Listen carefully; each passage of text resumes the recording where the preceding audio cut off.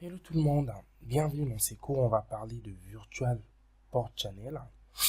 Alors le Virtual Port Channel ou bien pour couper court le VPC n'est rien d'autre qu'une technologie Cisco qui au fait permet de virtualiser deux équipements pour qu'ils apparaissent comme s'ils étaient qu'un seul équipement quand ils sont connectés à un troisième équipement. Par exemple, je vais ramener mon schéma ici, vous allez voir que il y a certains de mes équipements ici, comme le routeur qui est connecté au switch, au lift 101 et 102. Ok, vous allez voir qu'il est doublement connecté. L'objectif avec du VPC, c'est que de permettre au routeur, vu qu'il est doublement connecté comme ça, ce qui est normalement impossible de connecter un équipement doublement comme ça. Mais ce qui va se faire, c'est que VPC va faire croire au routeur qui est là, qu'il est en réalité connecté à un seul switch. Ok? Donc, le routeur va penser qu'il est connecté à un seul switch alors qu'il est connecté à deux switches. Et la technologie qui va permettre de créer cette virtualisation-là, c'est le VPC. Pour ceux qui ont fait aussi du switching avant, vous vous rappelez des technologies comme du VSS, Virtual Stack Switch, qui utilisent le même concept, la même notion. La seule différence ici, c'est que avec du VSS, vous aviez un seul contrôle plane. C'est-à-dire que un des switches ici portait le contrôle plane du groupe et les autres pouvaient maintenant porter du data plane. Okay, le data plane était réparti sur chaque switch. Sauf qu'avec du VPC, vous avez un contrôle plane. Chaque switch a son contrôle plane. C'est-à-dire que le lift 101 va avoir son contrôle plane, le lift 102 va avoir son contrôle plane et pareil, chaque switch aussi va avoir son data plane. Ok? Le seul moment où vous, en fait, la seule fonction ou bien le seul mécanisme que vous virtualisez ici, c'est la connexion entre vous et un équipement tierce qui utilise le deux switch. Ok? C'est-à-dire que pour nous, on peut totalement être autonome. Le switch 101 va être autonome sur ces autres équipements ici qui y sont connectés. Mais quand il sera connecté avec deux équipements comme ça, c'est là que VPC va intervenir pour faire croire à cet équipement que, en fait, tu es en réalité connecté à un seul, en fait, tu es virtuellement connecté à un seul switch. Alors qu'en réalité, il est connecté à deux liaisons. Ok, mais non. Ce que vous devez savoir, et j'insiste là-dessus, c'est que ce protocole est aujourd'hui très utilisé dans l'environnement data center. Parce que dans l'environnement data center, le vrai souci, et le maître mot qu'on veut atteindre, c'est la résilience. Ok? Et la résilience voudrait que nous soyons doublement attachés pour éviter ce qu'on appelle le SPOF. Le single point of failure. Et donc, quand nous attachons un serveur sur deux switches, nous nous assurons que si l'un des switches tombe, au moins l'autre switch va... Si l'un des switches ici venait à tomber, je suis au moins sûr que mon serveur pourra utiliser ce schéma-là pour communiquer. Ok? Mais si je connecte mon serveur comme je l'ai fait ici, avec un seul switch, là par exemple, avec un seul switch, même si j'ai doublement attaché le serveur, mais si je perds ces switches, ben, je vais perdre toute la communication avec le serveur. Ce qui fait que le VPC aujourd'hui, c'est la technologie go-to quand on veut connecter un serveur. La première des choses qu'on voudrait faire, c'est faire du VPC. Comme ça, on est sûr qu'on n'a pas un single point of failure du point de vue équipement. Voilà. Maintenant, le VPC dans ACI, qu'est-ce qui a changé? Alors, j'aimerais d'abord vous expliquer le VPC sans ACI. Dans le monde traditionnel, et sachez que le VPC, c'est une technologie qui est utilisée sur des switches Cisco Nexus et pas les autres équipements. Donc, sur les switches Cisco Nexus sans ACI, c'est que vous deviez faire, vous deviez d'abord avoir un domaine. Ok, vous deviez avoir un domaine VPC. Et vos deux switches vont être membres de ce domaine-là VPC. que vous allez donner un numéro, hein, disons que vous donnez un numéro 10, les deux switches doivent avoir la même configuration sur ce domaine-là. Et ça, c'est une configuration globale. Ensuite, vos interfaces ici physiques vont avoir un numéro VPC identique. Par exemple, là, si je dis le numéro VPC 10, ben là-bas aussi, je vais mettre le numéro VPC 10. Ok, le numéro VPC doit être identique pour que chaque switch comprenne que en réalité, nous devons faire croire au switch, ou plutôt à l'équipement en face, que nous deux, nous sommes qu'un seul équipement. Ok. Maintenant, ce dont j'aimerais parler, c'est les liaisons que vous voyez ici. Alors, donc, quand vous configurez le VPC, vous avez deux liaisons qui viennent avec et qui sont, je dirais, obligatoires d'avoir. Vous avez premièrement le lien qu'on appelle le Keep Live. Et l'équipe live n'est rien d'autre que... Le Keep Live n'est rien d'autre que un lien qui vous permet de vérifier l'état de l'autre voisin. C'est-à-dire que chaque switch ici, à travers le Keep Live, va voir l'état de l'autre voisin. Est-ce que mon voisin en face est toujours actif? Est-ce qu'il est toujours, disons, fonctionnel? Voilà, lui va toujours vérifier l'état de l'autre. Et c'est périodiquement. Il va envoyer quelques pings. Est-ce que mon voisin est toujours actif? Et ce que j'aimerais dire, c'est que cette liaison, c'est une liaison niveau 3, donc L3. Et c'est souvent recommandé d'utiliser du management. Parce que vous savez, le lien management sont des liens qu'on s'assure qu'ils ne doivent pas tomber ou qui ne tombent pas, généralement. Donc, Cisco conseille que vous utilisez des liaisons de management de l'équipement pour faire communiquer ces deux équipements. Ok? Mais si par exemple dans votre cas, vous ne pouvez pas, ben vous pouvez mettre un lien physique dédié, niveau 3 j'insiste. Donc vous devez avoir des IP de part et d'autre qui permettent aux deux équipements de communiquer. Ok?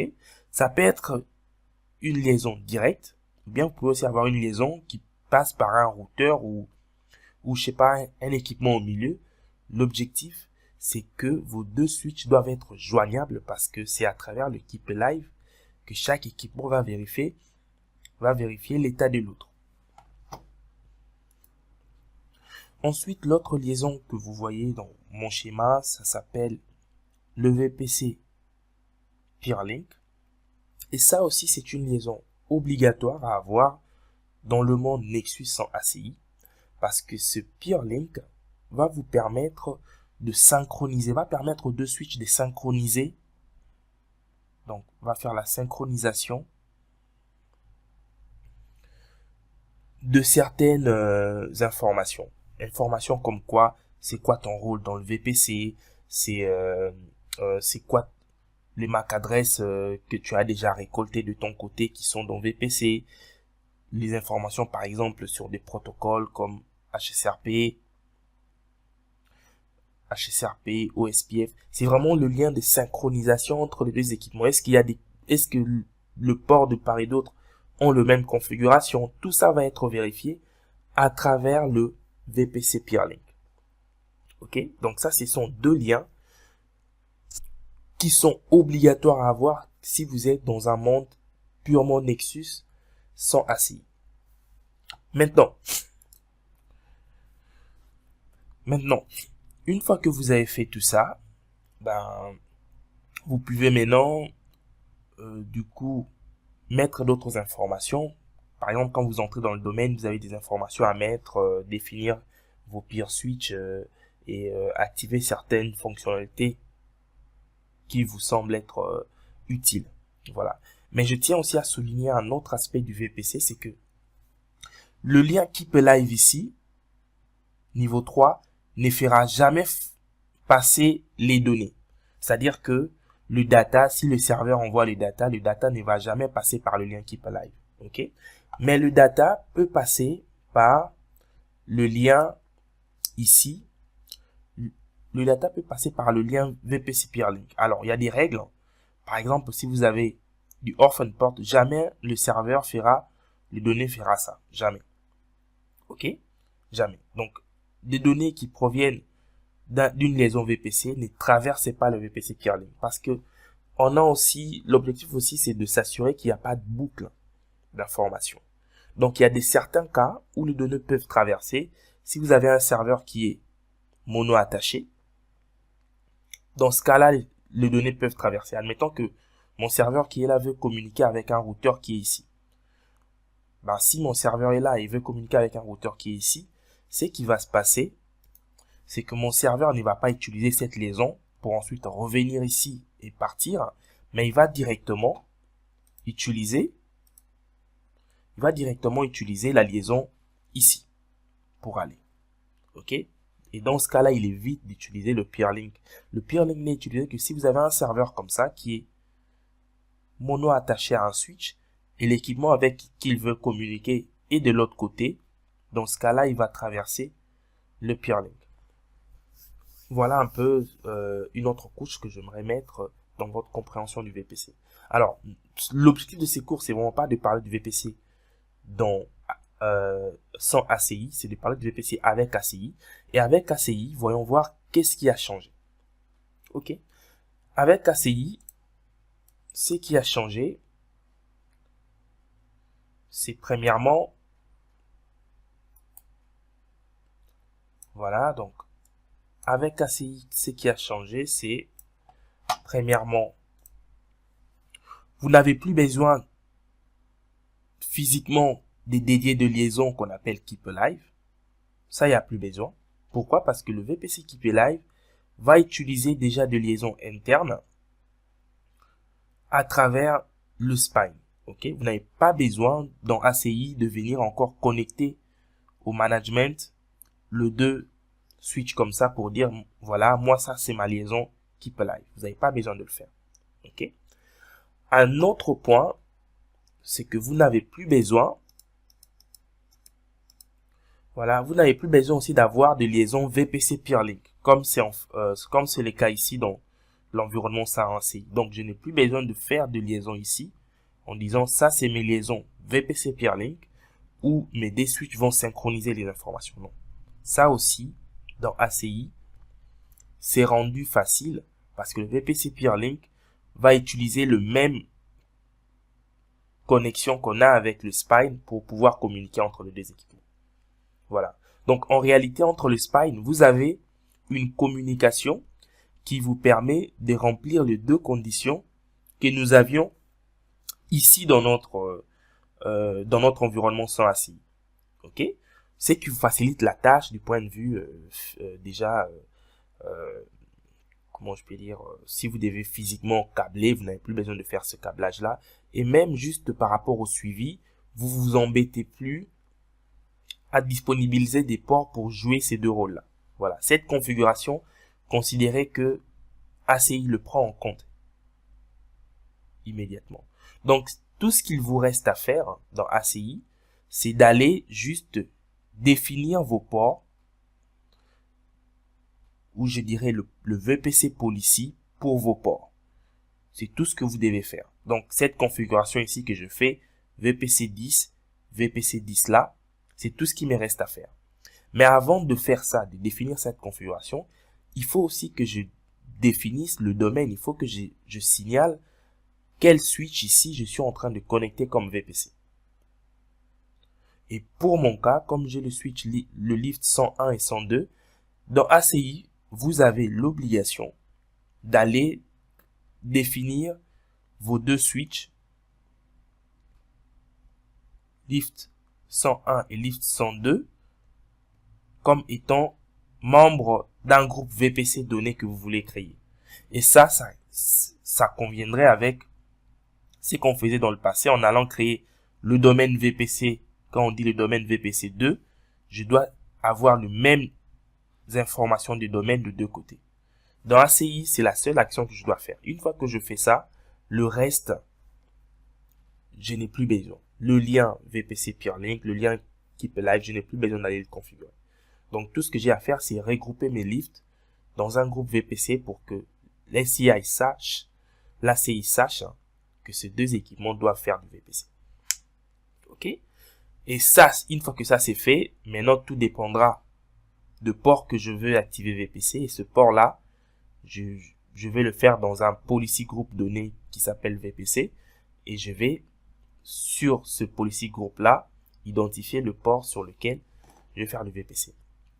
Voilà un peu ce que je voulais vous parler sur le VPC. Et donc, ce lab ici, dans ce lab ici, tout ce que nous allons faire, c'est configurer VPC. Et configurer VPC dans ACI revient, comme je vous dis, à juste grouper mes D switch en indiquant dans ACI que voici mes deux switches sur lesquels je vais faire du VPC.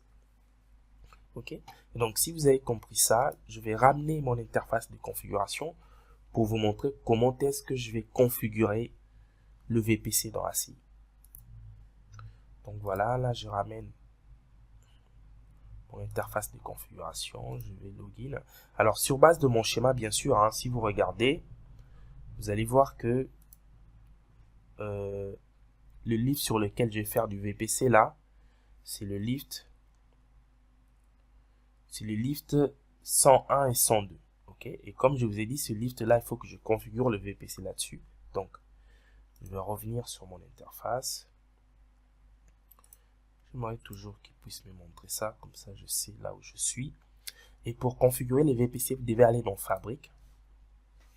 Donc cette interface, vous connaissez déjà bien Fabric. Ensuite, Fabric Policies. Et dans Fabric Policies, vous descendez dans la partie Policies. Ah non, désolé. Dans Fabric Access Policies et vous allez dans la partie Policies. Dans la partie Policies, vous avez la partie globale. Et dans la partie globale, ah non, je me trompe toujours. Voilà, vous avez plus dans la partie Switch, donc Policies Switch.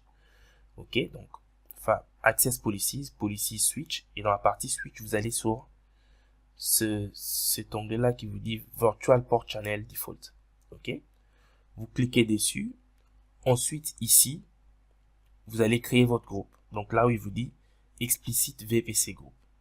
Vous cliquez là-dessus et vous choisissez le switch sur lequel vous allez faire votre groupe VPC. Ok. Premièrement, vous commencez par donner un nom qui est juste à titre indicatif, mais l'ID correspond en fait à ce domaine. Si vous êtes dans l'environnement Nexus, hein, le domaine que vous mettez dans l'environnement Nexus, c'est ici. En fait, c'est ici que ça correspond. Ici, ça correspond à l'ID. Donc, moi, ce que je vais faire, c'est que je vais d'abord nommer mon VPC en disant lift. Ça, c'est un VPC qui concerne le lift. Je mets la lift 101 et 102. Ensuite, le domaine ID, je vais juste mettre un domaine 10. Ça passe. Le VPC domaine policy, je vais utiliser un VPC domaine policy par défaut. Je vous expliquerai ce que c'est, mais ce n'est que de timers, hein, de communication entre les deux. C'est rien de... Je peux même cliquer là pour que vous voyez. Voilà, c'est juste des timers. Combien de temps je dois attendre si l'autre ne répond pas. Là, par exemple, j'ai 200 millisecondes. Voilà. Et ensuite, je viens là. Je clique sur le switch 1. C'est quoi le switch qui va être membre de mon VPC? Si j'en ai par exemple 100, plutôt disons 5 ou 10, ben c'est à vous de choisir parce qu'il y a certains switches aussi sur lesquels vous voulez pas activer du VPC. Ok? Mais dans ce que j'ai vu par expérience, tous les switches qui sont dans ACI, on utilise du VPC. Du coup, j'ai choisi mon premier switch, c'est le switch 101. Et j'ai choisi mon deuxième switch, c'est le switch 102. Ensuite, je clique sur Submit. Voilà. Et ayant fait cette configuration, avec juste une toute petite configuration comme celle-ci, je viens de configurer mon VPC. Aussi simple que ça. Okay? Et vous pouvez voir que il lui a donné une virtual IP pour la communication. Ok, et donc avec ça, j'ai fini la configuration de mon VPC. Voilà. Maintenant, dans les autres vidéos, on verra comment on peut utiliser ce VPC là pour la connexion de serveurs qui sont doublement attachés sur le lift 1 et le lift 2. Voilà. Merci pour votre attention et suivez-moi sur la prochaine vidéo.